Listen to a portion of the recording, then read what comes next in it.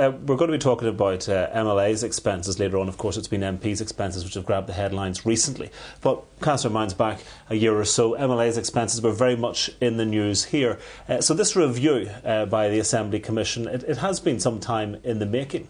Yes, certainly the latest review goes back to a report from an outside body, the Senior Salaries Review Body, which in the end recommended less of a pay rise for MLAs than the Assembly itself had been imagining was going to be the case. But they also came through with some other recommendations which include that the office cost allowance of MPs, MLAs who are also MPs, should be halved. A lot of the other MLAs who aren't MPs were saying that this gave this massive advantage because they were up against politicians who enjoyed a large slab of money from Westminster and an equal slab of money in terms of office costs from the Assembly, and that there was some sort of unfair playing field. So this review is going to look at that. But one other thing that's going to be interesting, I think, is this whole business of adopting the Scottish system.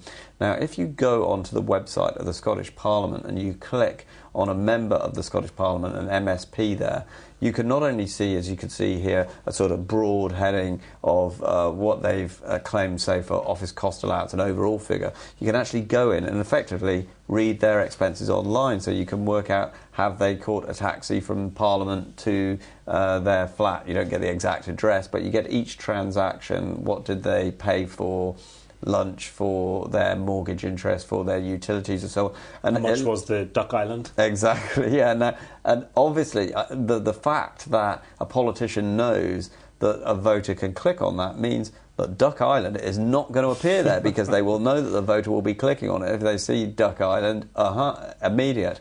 Family Circle biscuits might appear, though. Just possibly, yeah, but they'll have to sort of defend this. These are the biscuits that I require for the office house. Say, Sean Wobble was trying to defend it, so they'll have to think long and hard about whether this is defensible because it's going to be going out in public. And this appears to be, according to the Assembly Secretariat here, is the route that the Assembly is going to take. So we won't you won't necessarily see that somebody shopped in Tesco, because that would maybe be an invasion of privacy. You won't see the actual receipt, but you will see the transaction that related to the official business. OK, we'll find out more about that later. Thanks.